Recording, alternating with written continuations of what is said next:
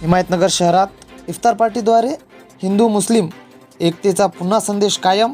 हदगाव हिमायतनगर विधानसभेचे आमदार बाबुराव कदम कोळीकर यांच्यातर्फे आज हिमायतनगर शहरात इफ्तार पार्टीचे आयोजन करण्यात आले होते.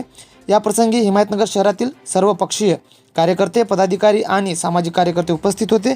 या कार्यक्रम प्रसंगी हिंदू मुस्लिम एकतेचा संदेश देण्यासाठी शहरातील भारतीय जनता पार्टी, काँग्रेस पक्ष, शरद पवार राष्ट्रवादी काँग्रेस, अजित पवार राष्ट्रवादी काँग्रेस पक्ष, शिवसेना शिंदे गट, शिवसेना उद्धव बाळासाहेब ठाकरे गट आदी पक्षाचे कार्यकर्ते या प्रसंगी उपस्थित होते. व याचबरोबर हिमायतनगर शहरातील पत्रकार बांधव व पोलीस कर्मचारी या प्रसंगी उपस्थित होते. या कार्यक्रमात अतिशय सुंदर असे सूत्रसंचलनाची भूमिका वरिष्ठ पत्रकार अब्दुल मन्नानभाई यांनी पार पाडली.